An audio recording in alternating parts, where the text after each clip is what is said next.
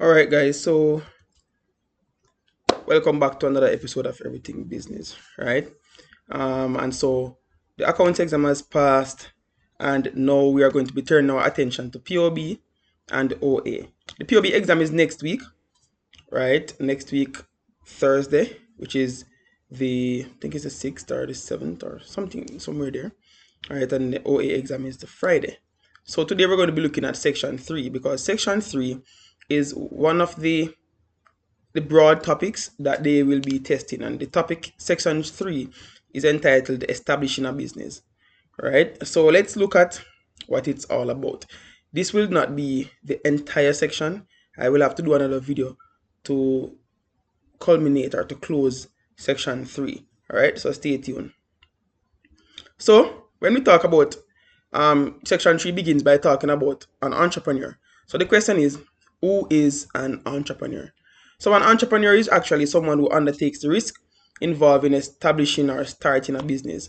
The entrepreneur also accepts responsibility for the outcome, right? I've seen questions where they ask for you to define what entrepreneurship is. Now, entrepreneurship would be the the act of being an entrepreneur. So you can say entrepreneurship is the act, right, of undertaking the risk involved in establishing or starting a business and also accepting responsibility for the outcome. Now, what are some of the characteristics of an entrepreneur, right? So the entrepreneur is really self-motivated, right? They don't allow others to tell them what to do, right? They are determined, right? They don't give up easily, right? The entrepreneur also take responsibility for their actions, as we said earlier, rather than blaming someone else. One of the key features of the entrepreneur, though, is that they are innovative and they are creative, right? They are always thinking of developing new ideas. The entrepreneur is always thinking about how to outdo the competition, how to be creative or innovative, come up with something new that no one has ever seen before, right? And so that's one of the key features of the entrepreneur. Entrepreneurs are also flexible. They change, right, with the time. They change with the times, right? And they are goal setters. They set goals, right? They are willing to take risks, and not only any risk, but they take calculated risks, right? So the entrepreneur, you can see that this person is an organized person, goal-oriented person, very determined, and also keep very hardworking, right? Yeah, so that's who the entrepreneur is.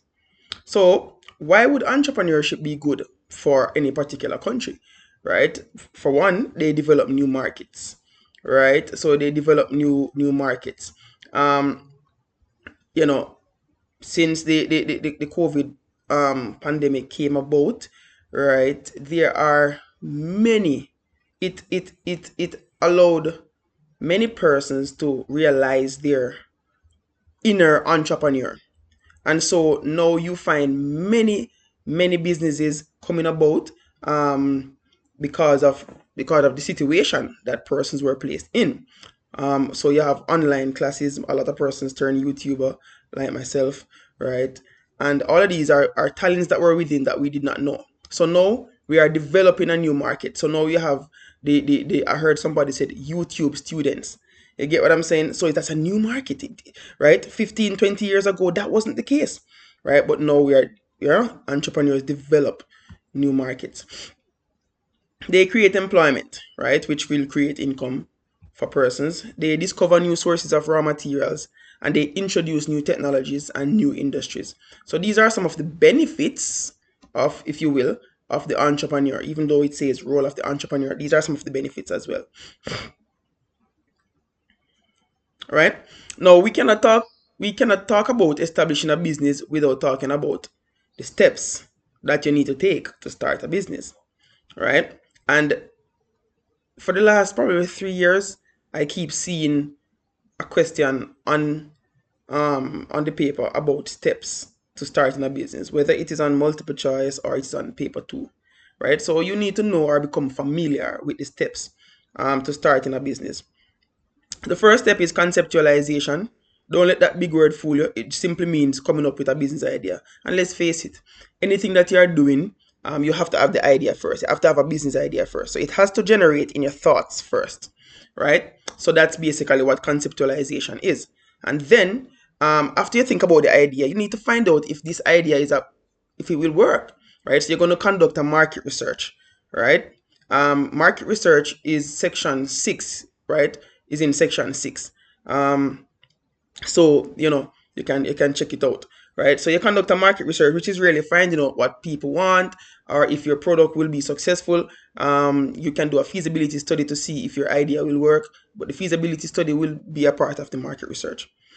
And then you can identify the resources that you need. So okay, yes, people will buy into this, people will buy your product, or people will use your service. Then you can then identify the resources that you'll need, right, to provide this product or provide this service. And then you create a business plan, which we are going to talk about again in section 3. We looked at business plan for principles of accounts, but it is a part of section 3 in the POB syllabus, so we are going to look at it again. All right.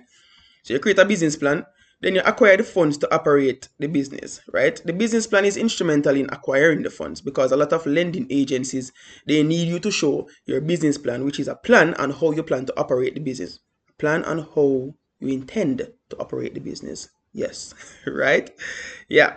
And then, they'll give you the funds to operate the business, right? Then you operate the business. All right.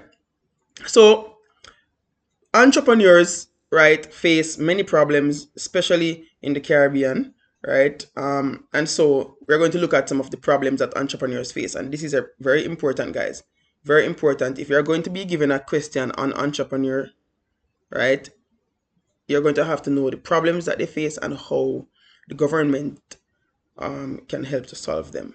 All right. So financing is one of the major problems. A lot of entrepreneurs will lament that they don't have the money to start the business. As a matter of fact, when you ask people why you don't start a business, then one of the main reasons would be, I don't have the money, or I don't have the funds, right? And so that's one of the problems that entrepreneurs face, financing, right? Quite, really and truly, it's not so hard to get financing these days, right? But it is one of the problems that entrepreneurs face, right? Particularly because a lot of entrepreneurs, especially young entrepreneurs, don't even know how to write a business plan.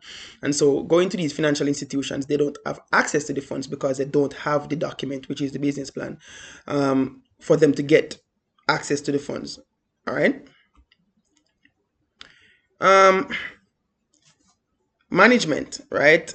A lot of entrepreneurs, they have problem controlling their business, preparing financial records, managing your time, and setting goals. So you may have a good business idea, but you really don't know how to run a business, right? And that's another problem that some entrepreneurs face, right? They will have the business idea, but they don't know how to manage the business, right? In terms of the financial aspect, the taxation, or you know, time, goal setting, and how to employ, how to select, how to staff, stuff like that, right? Another problem that entrepreneurs face is competition. Small entrepreneurs find it difficult to compete with certain large firms.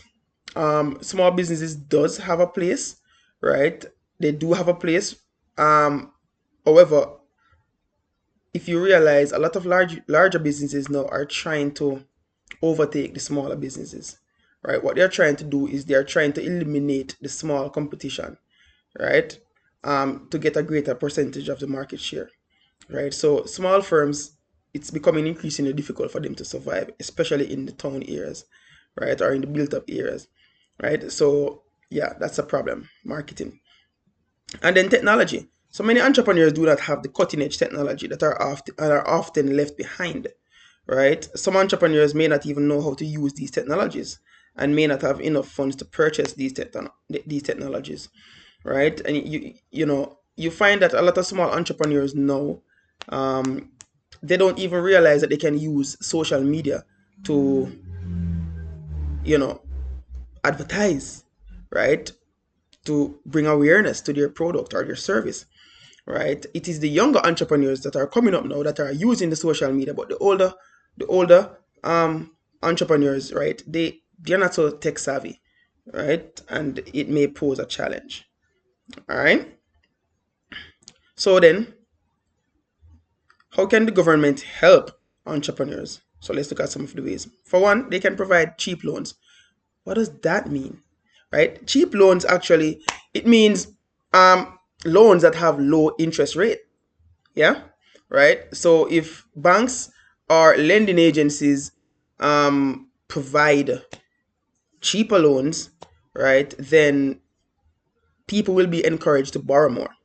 The government can do this through the central bank, right? And when they lower interest rates, it stimulates economic activity, right?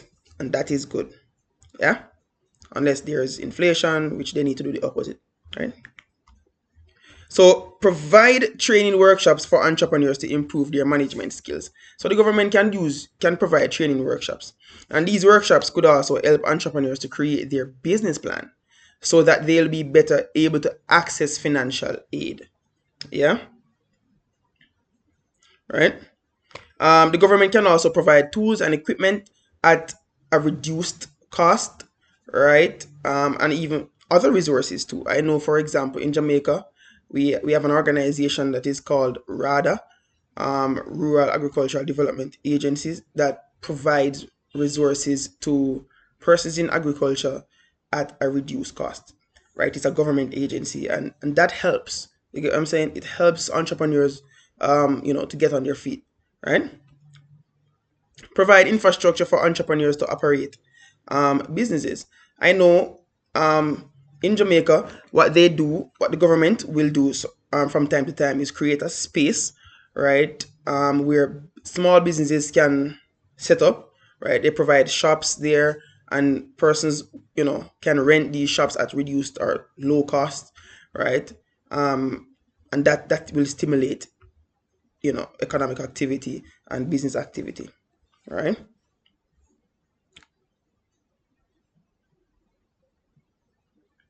Yeah, so that's it. I will see you in the next one. Stay tuned.